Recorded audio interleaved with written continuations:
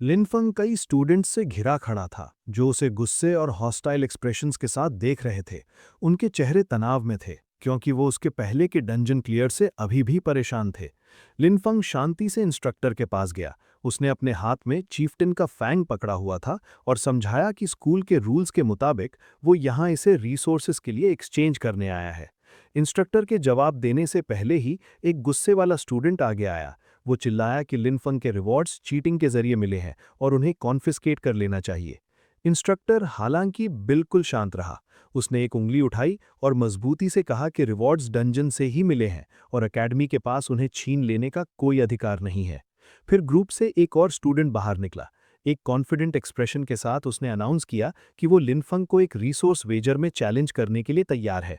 लिनफंग ने उस पर एक नज़र डाली। हैरान होकर उसने पूछा कि रिसोर्स वेजर क्या होता है। एक स्टूडेंट ने समझाया कि ये असल में एक डंजन स्पीड रन कॉम्पिटिशन है। दोनों तरफ टीचर्स की सुपरविजन के साथ दो चैलेंजर्स अलग अलग डंजन में एंटर करेंगे और देखेंगे कि किसने इसे ज्यादा तेजी से क्लियर किया। विनर दोनों पार्टिसिपेंट्स के सारे रिवॉर्ड्स ले लेगा, जबकि लूजर सब कुछ खो देगा। इस एक्सप्लेनेशन की वजह से आसपास के स्टूडेंट्स में गुनगुनाहट शुरू हो गई। इंस्ट्रक्टर लिनफंग की तरफ मुड़ा और पूछा कि क्या वो वेजर एक्सेप्ट करने और चैलेंजर के खिलाफ बेट लगाने के लिए तैयार है। लिनफंग ने हल्के से अपना सिर हिलाया।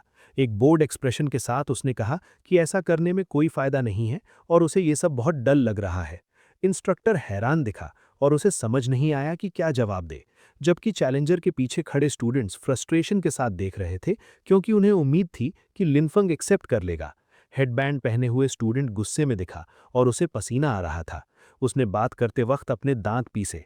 उसने जोर से अनाउंस किया कि अगर ऐसी बात है तो क्या होगा अगर वो इसमें लैंप ऑफ नेचर का ब्लूप्रिंट भी ऐड कर दे। ये सुनकर वेरा लिनफंग के पास आई और उससे कहा कि उसे वो लैंप ऑफ नेचर का ब्लूप्रिंट हर हाल में लेना चाहिए। फिर उसने समझाया कि वो ब्लूप्रिंट क्या था। उसने कहा कि लैंप ऑफ नेचर एक special growth type magic tool है जिसे सिर्फ नेचर डिपार्टमेंट ही यूज कर सकता है। उसने कहा कि एक ब्लूप्रिंट का इस्तेमाल सिर्फ एक लैंप बनाने के लिए किया जा सकता है, इसलिए ये बहुत रेयर है। उसने आगे समझाते हुए कहा कि इसके इफेक्ट्स में बिना किसी साइड इफेक्ट के क्रॉप्स का ग्रोथ साइकिल छोटा करना शामिल है। हेडबैंड वाले स्टूडेंट ने स्मर्क किया और हल्के से लिनफुंग की तरफ झुका।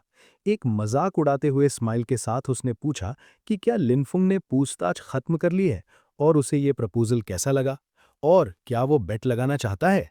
उसी वक्त उस स्टूडेंट ने चुपके से अपना फोन अपनी पीठ के पीछे पकड़ा हुआ था। स्क्रीन पर मैसेजेस दिखाई दिए। उस स्टूडेंट ने सीनियर हारू नाम के किसी शख्स को मैसेज भेजा। जिस पर लिनफुंग डंजन से बाहर आया था, सीनियर हारू ने स्टूडेंट से कहा था कि लिनफुंग को रोकने का कोई रास्ता ढूंढो, लेकिन स्टूडेंट ने सीनियर हारू से पूछा, अगर लिनफुंग ने उसे इग्नोर कर दिया तो। सीनियर हारू ने तब स्टूडेंट से लिनफुंग के खिलाफ रिसोर्सेज की बेट लगाने को कहा और पूछा कि क्या उसके पास लैंप ऑफ नेचर का ब्लूप्रिंट नहीं है।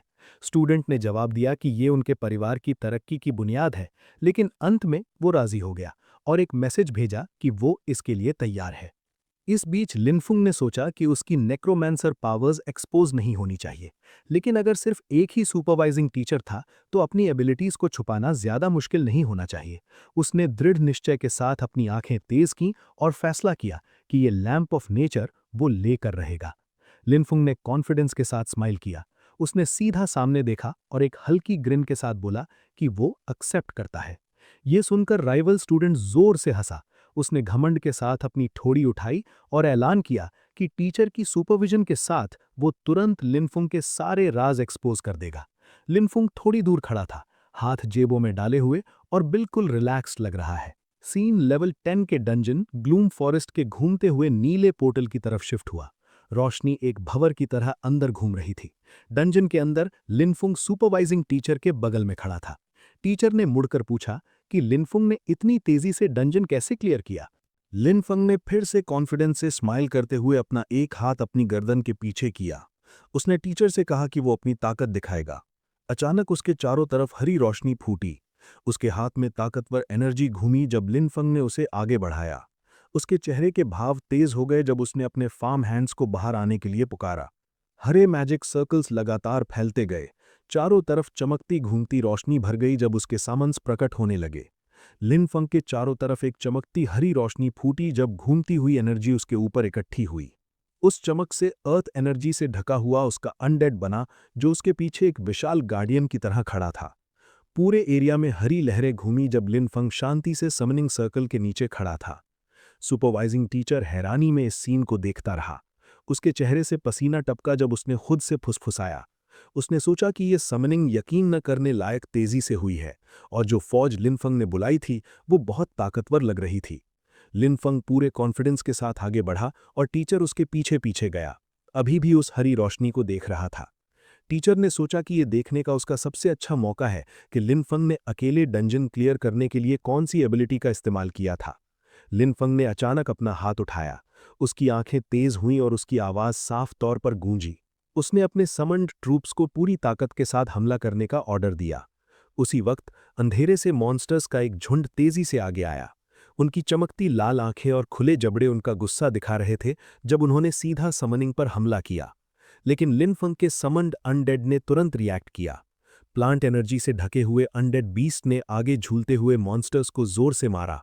उसके चमकते शरीर ने झुंड को कुचल दिया, उन्हें बेहद ताकत के साथ पीछे ढकेला। चमकती हरी एक्सप्लोजन्स ने पूरे सीन को भर दिया। चमकती हरी एनर्जी के अनगिनत ब्लास्ट्स बार बार बाहर की तरफ फूटे, हवा को हिला दिया। अनडेड बेयर उस रोशनी के बीच से निकला, उसके हाथ ताकतवर हमले कर रहे थे। हर स्ट्राइक ने एक और तेज फ्लैश पैदा किया, डंजन को हरी चिंगारियों से रोशन कर दिया। फिर हाइची घूमती हुई एनर्जी के अंदर चला गया। हुड के नीचे उसका चेहरा एक्सप्रेशनलेस था, हरी लकीरों के साथ हल्का चमक रहा था। हाइची ने 2 उंगलियां उठाईं और उसकी हथेलियों के चारों तरफ मैजिक सर्कल्स बने, जो और भी ज्यादा एनर्जी इकट्ठी कर रहे थे। हरे बबल्स की एक सीरीज एक साथ फूटी।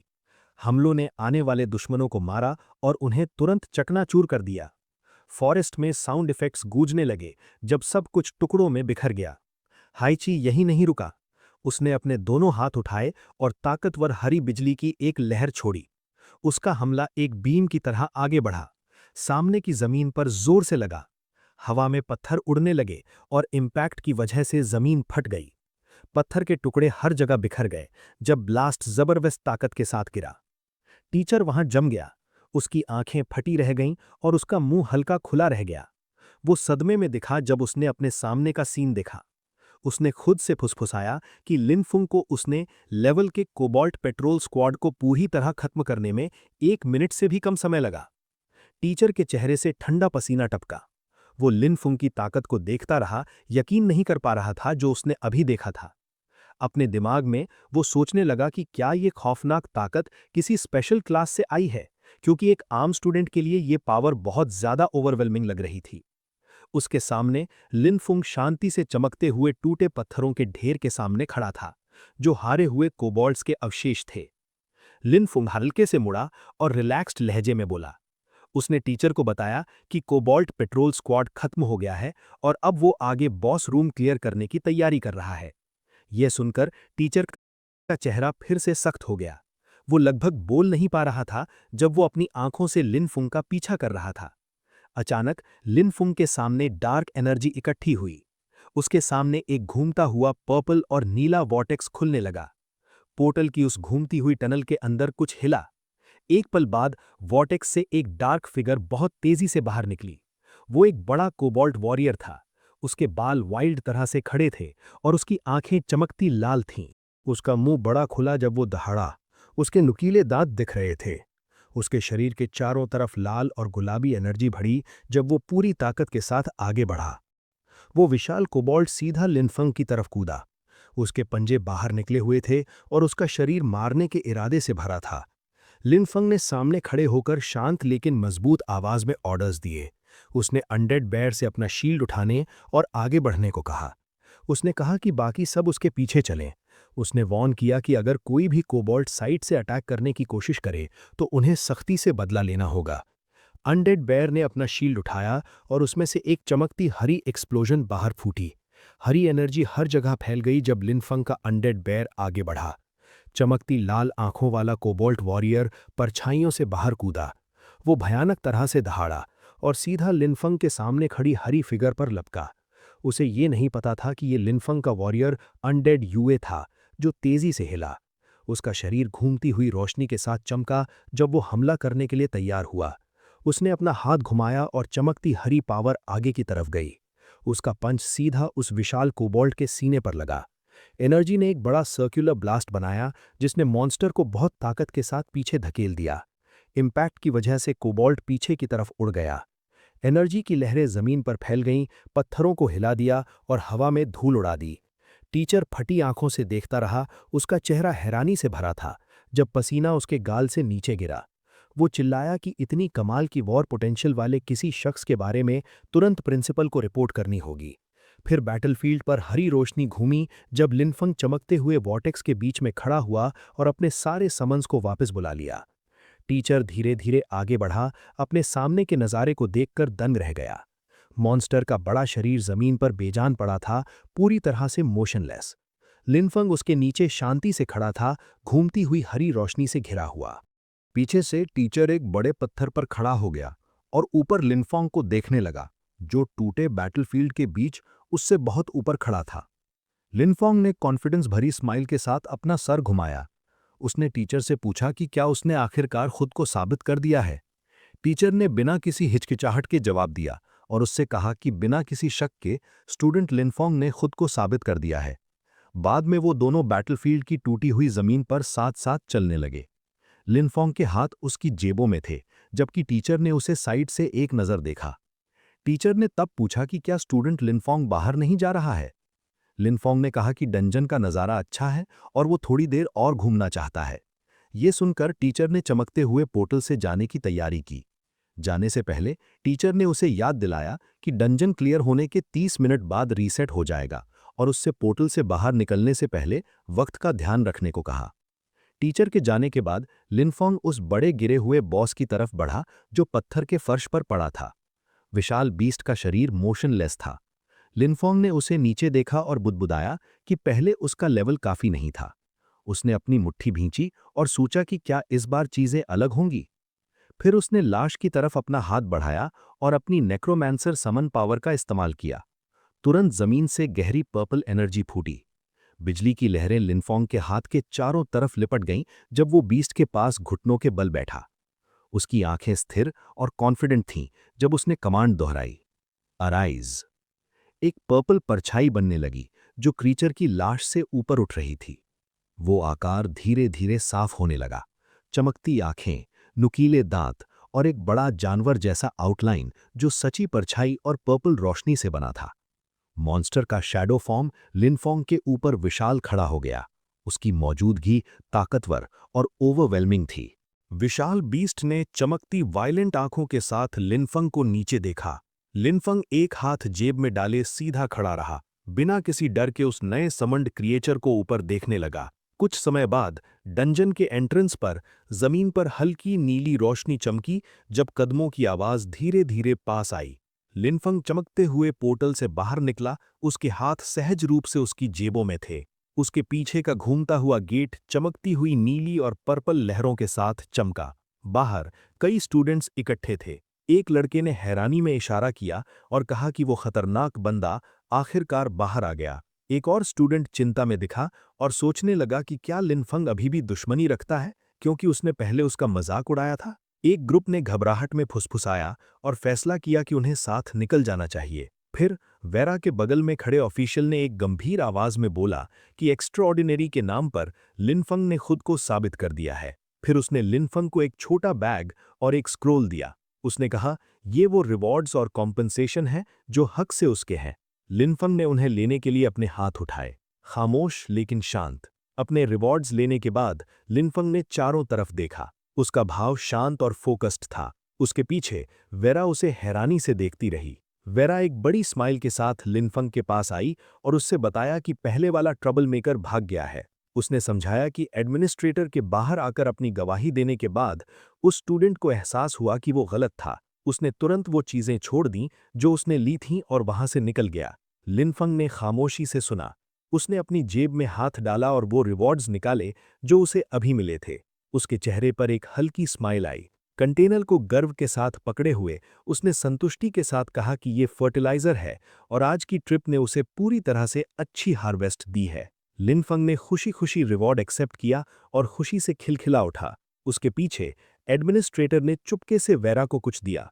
उसने वेरा से कहा कि उसे लगा कि उसे रिकॉर्डिंग स्टोन की जरूरत पड़ सकती है, वो स्टोन जिसने डंजन के अंदर लिनफंग की लड़ाई को कैप्चर किया था। फिर सीन अचानक एक पंचिंग बैग पर जोर से लगती मुट्ठी की तरफ शिफ्ट हुआ। सतह पर लिनफंग की एक फोटो टेप से चिपकाई गई थी और पंच सीधा पिक्चर में उसके चेहरे पर लगा। ये सुनहरे एकेडमी के अंदर हारू के कमरे में था। हारू ने गुस्से में बैग को मारना जारी रखा। उसकी मांसपेशियां तनाव में थीं जब वो फ्रस्ट्रेशन में चिल्लाया। वो रो पड़ा कि लिनफंग, जो सिर्फ एक निचला फार्मर है, ने उसे बार बार जलील किया है। जोर जोर से सांस लेते हुए हारू आखिरकार रुका और बैठ गया। उसने परेशान होकर अपना माथा रगड़ा। उसने माना कि ताकत का इस्तेमाल काम नहीं करेगा और यहां तक कि एकेडमी के अपने रूल्स भी लिनफंग को सजा नहीं दे सकते। एक लंबे पल के बाद उसने खुद से फुसफुसाया कि उसे कोई और तरीका इस्तेमाल करना होगा। हारू ने अपनी आंखें सख्ती से सिकुड़ी। उसका भाव सख्त हो गया जब उसने खुद से बुदबुदाया, ये कहते हुए कि लिनफंग सिर्फ इसलिए दिखावा कर रहा है क्योंकि वो थोड़ी बहुत नेचर मैजिक और समन्स पर निर्भर है। ऐसे में उसने एक सील्ड लिफाफा बाहर निकाला।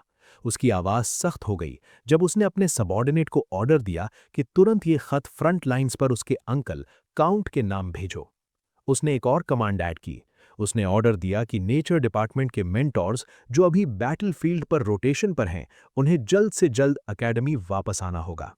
पास ही ये सुनकर उसका सबॉर्डिनेट, वही स्टूडेंट जिसने अभी लिनफंग को चैलेंज किया था, लिफाफा पकड़े हुए हैरान दिखा। उसने पूछा कि क्या हारू नेचर डिपार्टमेंट के मेंटोर्स का इस्तेमाल लिनफंग को दबाने के लिए करने की प्लानिंग कर रहा है। हारू ने कॉन्फिडेंस के साथ अपने हाथ बांध लिए। उसने स्मर्क किया और समझाया कि पुराने मेंटोर्स नेचर मैजिक की पवित्रता और रूल्स को सबसे ऊपर मानते हैं। उसने कहा कि वो किसी के भी उन प्रिंसिपल्स को तोड़ने को बर्दाश्त नहीं करेंगे। अपनी आंखों में एक ठंडी चमक के साथ उसने आगे कहा कि उन मेंटोर्स को लिनफंग से निपटने देना एक परफेक्ट सोल्यूशन होगा।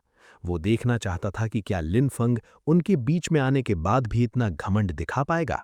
उसी वक्त एक्स्ट्राऑर्डिनरी एकेडमी में वेरा के कमरे के अंदर वेरा आलसी तरह से अपने बिस्तर पर लेटी थी।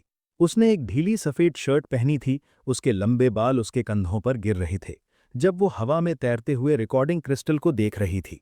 वेरा अचानक थोड़ी बैठ गई। उसकी आंखें हैरानी से फटी रह गईं। उसने खुद से फुसफुसाया कि रिकॉर्डिंग में दिखने वाला लिनफुंग बस एक मॉन्स्टर है। नेचर की पावर की उसकी समझ इतनी गहरी थी कि अब ये उसके लिए पूरी तरह से स्वाभाविक लग रही थी। यहां तक कि उसने, जो एक टॉप इंस्ट्रक्टर थी, भी शौक महसूस किया। बेरा खड़ी हो गई। उसका भाव गंभीर हो गया। उसने कहा कि कल वो एक खत लिखेगी, फिर तुरंत अपना इरादा बदल लिया। नहीं, उसे इसे अभी लिखने की जरूरत थी। बैटलफील्ड पर गए उन पुराने मेंटोर्स को तुरंत इन्फॉर्म करना होगा। उन्हें एकदम वापस आना होगा। उसने पेन और कागज उठाया और जल्दी से एक मैसेज तैयार किया। एक छोटा उल्लू जैसा मैसेंजर क्रीचर उसके बगल में प्रकट हुआ, जिसने अपनी चोंच में वो सील्ड खत पकड़ा था। उसने एक नर्म कमांड के साथ उसे खिड़की से बाहर उड़ा दिया और उसे चमकते आसमान में जाते हुए देखा। वेरा ने एक सख्त एक्सप्रेशन के साथ बाहर देखा। उसने बुदबुदाया कि अगर वो पुराने लोग जल्द वापस नहीं आए तो उनके लाइफ टाइम अचीवमेंट अवार्ड्स बस हवा में उड़ जाएंगे।